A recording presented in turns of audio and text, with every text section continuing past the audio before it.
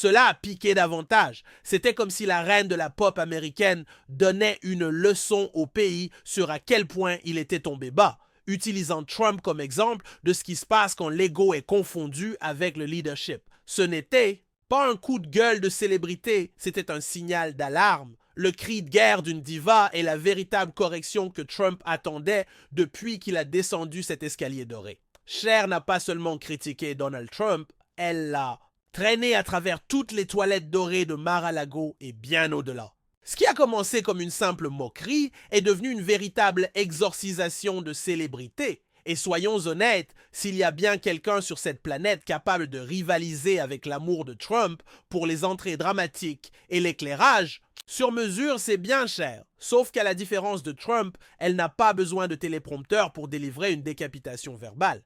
Je serai le plus grand président des emplois que Dieu ait jamais créé, je vous le dis. Eh bien, je dois admettre que j'apprécie votre franchise et je vais essayer d'être aussi direct et honnête que possible avec vous. Je pense que non. Je suis sûr que vous êtes l'homme le moins attrayant que j'ai jamais rencontré de ma vie. En peu de temps, vous avez démontré toutes les caractéristiques détestables de la personnalité masculine et en avez même découvert quelques-unes.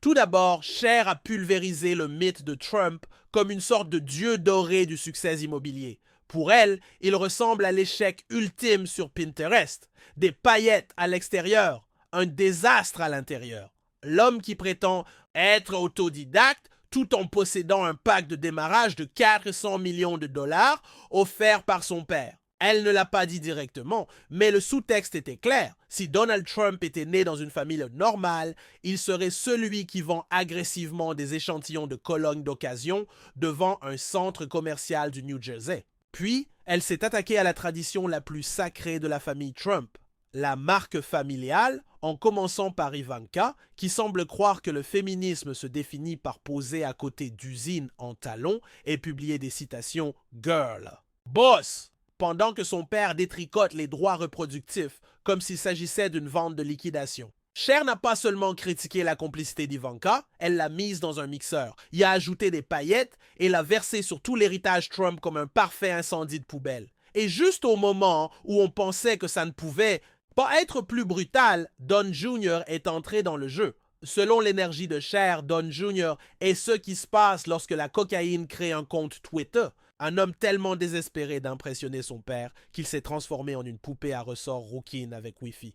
Tout va incroyablement bien, Théodore, à 2 semaines. Vous savez, il a été élevé riche, il a eu une bonne éducation, il a toutes ces jeunes filles. Je ne sais pas à quel point elles sont jeunes, mais il les échange contre des filles plus jeunes. Cher n'a même pas eu besoin de l'expliquer. Le message était clair. Cet homme est ce qui se passe quand on tente de télécharger une personnalité et qu'on attrape un virus à la place. Melania n'a pas échappé non plus. Cher a ridiculisé l'idée que Melania soit une pauvre figure incomprise, prise dans un tourbillon. Elle a traité cette théorie comme du yaourt périmé. L'ancienne première dame n'a pas simplement soutenu.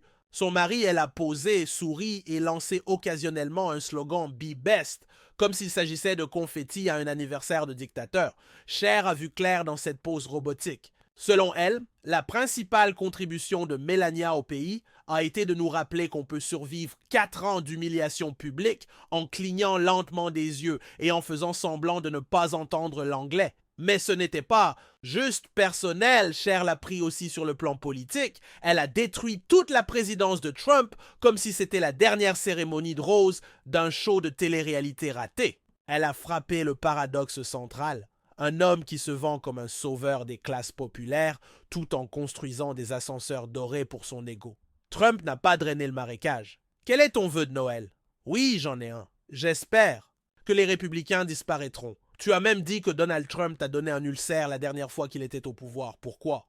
Il a failli le faire, je ne rigole pas. Il a failli le faire, mais si quelqu'un peut te donner un ulcère, c'est bien lui. D'autres personnes veulent être président des États-Unis et changer la vie des gens. Cela dépend de l'intention. Je crois que cela se révélera de lui-même. Les gens sont intelligents et je suis optimiste quant au fait que notre nation se rassemble maintenant. Vous vous demandez peut-être pourquoi Lady Gaga a ressenti le besoin de s'impliquer dans la politique. C'est simple. Elle est une icône mondiale, oui, mais surtout, elle est quelqu'un qui a utilisé sa plateforme pour faire le bien. en particulier pour défendre les droits des communautés marginalisées. Elle a plaidé pour la santé mentale, les droits des personnes LGBTQ+, et la justice sociale, utilisant son influence pour susciter un changement positif. Contrairement à Trump qui utilise sa plateforme pour créer la division, Gaga utilise la sienne pour rassembler les gens. Et voici le point clé. Lorsque Trump a commencé à parler de choses qu'il ne comprenait pas, comme la santé publique, les droits humains ou simplement être une personne décente, Gaga n'a pas pu laisser passer ça. Elle l'a dénoncé et elle l'a fait bruyamment. La critique de Lady Gaga était particulièrement pertinente à la lumière du comportement imprudent de Trump envers la presse et de sa tendance à qualifier toute critique de lui de fausse nouvelle. Ce niveau de narcissisme et d'insécurité est l'incarnation de la présidence de Trump. L'homme ne pouvait pas supporter la moindre critique. Alors, dans la pure tradition Trump, il a blâmé tout le monde sauf lui-même. Gaga a vu cela et tandis que le reste de l'establishment politique marchait sur des œufs, elle n'a pas hésité. Elle a abordé directement l'absurdité des actions de Trump, soulignant comment son ego et son insécurité l'ont conduit à prendre des décisions qui ont nui au peuple américain. Ce n'est pas du leadership, c'est de l'autopréservation au détriment de tout le reste. Lady Gaga et Madonna mènent toutes deux une guerre contre Trump au sujet de ses nouveaux décrets exécutifs liés aux questions LGBTQ+, notamment l'interdiction des militaires transgenres et de la transition pour les individus de moins de 19 ans. Et bien sûr, on ne peut pas oublier le besoin constant de validation de Trump. L'homme est obsédé par son image, toujours à la recherche d'éloges de la part de ses partisans, tout en ignorant les problèmes flagrants sous sa surveillance. C'est franchement risible quand on y pense. Trump passait plus de temps sur Twitter que dans de véritables réunions avec des dirigeants mondiaux. Gaga, en revanche, a toujours été le contraire. Elle est sans excuse, elle parle sa vérité, à quelles qu'en soient les conséquences. Elle n'avait pas besoin d'une campagne de relations publiques pour se donner une image favorable. Son travail parlait de lui-même. Trump, en revanche, ne pouvait pas s'empêcher de tweeter à propos de ses cotes de popularité, de ses sondages et de combien il était génial dans tout ce qu'il faisait. Ce qui rend la critique de Trump par Lady Gaga si brillante, c'est la manière dont elle le dénonce avec une grande facilité pour ce qu'il est réellement. Un fraudeur narcissique qui pense que le monde tourne autour de sa marque. Trump ne sait pas écouter, ni apprendre, ni même être un être humain décent. Il sait seulement crier et détourner l'attention des problèmes importants. Les réponses de Gaga étaient directes et sans fioriture, coupant à travers le bruit et allant droit au cœur du sujet. La présidence de Trump a été une honte et Gaga a veillé à ce que tout le monde le sache. Nous vous remercions pour l'opportunité et la bénédiction que vous nous avez donnée. Parlons maintenant de l'obsession de Trump pour son héritage. C'est un homme qui aurait vendu son âme pour une réputation brillante, bien qu'il n'ait eu aucune véritable réalisation pour la soutenir. Gaga, en revanche, a construit son héritage grâce à son travail acharné, son dévouement et son authenticité. L'héritage de Trump sera celui de l'homme qui a divisé le pays, qui a servi les riches et qui a tout centré sur lui-même. L'héritage de Gaga, quant à lui, sera celui de quelqu'un qui s'est battu pour quelque chose de plus grand qu'elle. Quelqu'un qui a défendu les autres quand cela comptait. Voilà la différence entre eux. Trump est un homme qui se tient sur un piédestal vide, tandis que Gaga se tient avec le peuple. Ce qui dérange vraiment Trump, ce qu'il met dans une frénésie absolue, c'est que les paroles de Lady Gaga ont du fond. Trump peut tweeter sans fin, faire des caprices et détourner l'attention des problèmes qui comptent, mais Gaga a quelque chose qu'il n'a pas, du fond, soutenu par de l'authenticité. Tandis que Trump hurle dans le vide en espérant noyer la vérité sous une montagne de blabla, Gaga entre en scène et dit les choses telles qu'elles sont. Pas de gimmick, pas de drame, juste la vérité brute et sans excuse.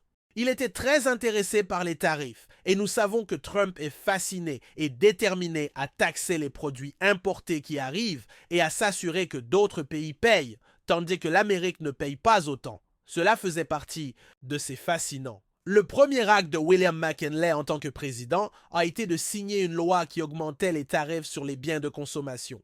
Parle-moi de la façon dont tu abordes différemment le mois de février pour ce prochain album après avoir désappris ton segment de chant. Eh bien, Quand je suis allé en studio pour enregistrer mon 7e album, je ne pensais absolument pas à créer un personnage dans un film. Je pensais seulement à la musique que je voulais faire ensuite, et j'ai chanté avec tout mon corps de manière vraiment unique. Je pense que mon chant sur LA7 est en fait vraiment différent de tout ce que j'ai fait auparavant. Trump, pour tout son blabla et son arrogance autoproclamée, est un homme dont l'ego ne peut pas supporter d'être défié par autre chose que des louanges vides. Il prospère grâce à l'agitation, et quand quelqu'un ne croit pas à ses mensonges, il s'effondre. Gaga, en revanche, opère à un niveau totalement différent. Elle est sous les projecteurs depuis assez longtemps pour comprendre que le vrai pouvoir ne vient pas de la façon dont tu peux crier, mais de la façon dont tu peux te tenir fermement, même quand le monde essaye de te détruire. Elle n'a pas besoin de crier plus fort que tout le monde, ses mots portent du poids et c'est pourquoi il frappe Trump là où ça fait mal dans son ego fragile. Ce qui rend la critique de Gaga si dangereuse pour Trump, c'est qu'elle ne se contente pas de le ridiculiser pour le plaisir. Elle expose ses défauts au monde. Avec chaque mot, elle met en lumière les mensonges qu'il a racontés, les erreurs qu'il a commises et les dégâts qu'il a causés, sans avoir besoin d'élever la voix. Trump est habitué à détourner la critique, à l'étouffer avec une avalanche d'insultes ou à en faire un jeu de popularité. Mais avec Gaga, il n'y a pas d'échappatoire. Elle n'a pas besoin de crier par-dessus lui, elle coupe simplement à travers le bruit et le laisse exposer. Lady Gaga n'est pas trop gentille. Je pourrais te raconter plein d'histoires. Je connais beaucoup d'histoires à propos de Lady Gaga. La grande différence entre les réponses de Trump et les critiques de Gaga, c'est qu'elle est ancrée dans la réalité, tandis que Trump flotte dans un océan de délusions. Quand Gaga parle, il y a une clarté naturelle dans ses mots. Ils sont réels, ils viennent d'un endroit authentique et ils résonnent. Trump, par contre, ne supporte rien qui défie sa propre version des faits. Chaque fois que quelqu'un remet en question ses erreurs ou ses échecs, il hurle fake news ou détourne la conversation avec une attaque. C'est un homme qui vit dans une bulle protégée par sa fausse défense, incapable de comprendre les dégâts qu'il a causés, car il a passé trop de temps à se convaincre qu'il est au-dessus de tout ça. Mais Gaga, elle, n'a pas besoin de flatter. Elle est plus que capable de le regarder dans les yeux et de dire ce qui doit être dit. Ce qui est fascinant dans la réaction de Trump envers Gaga, c'est que sa peau n'est pas juste fine, elle est pratiquement transparente.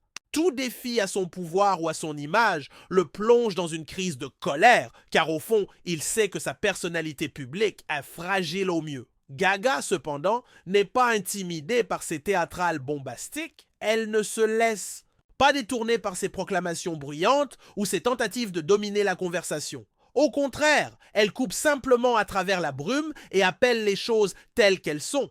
Trump veut être le roi de la controverse, mais Gaga est la reine de la vérité. Chaque fois qu'il essaie de changer de sujet, chaque fois qu'il lance des accusations sauvages ou tente de manipuler le public, la voix de Gaga résonne avec quelque chose de beaucoup plus puissant. La clarté. Et c'est quelque chose que Trump ne pourra jamais supporter. Non, ce sont des chiffres, ce sont des chiffres. Quand ma mère était petite, elle est un peu plus vieille que toi, eh bien, c'était toutes les notes de blâme à la fin. Je suis un peu vieux, donc elle doit être vieille. Tu as été une militante engagée pour les femmes et pour la communauté LGBTQ. Qu'est-ce que tu en penses? Est-ce que tu veux parler de politique?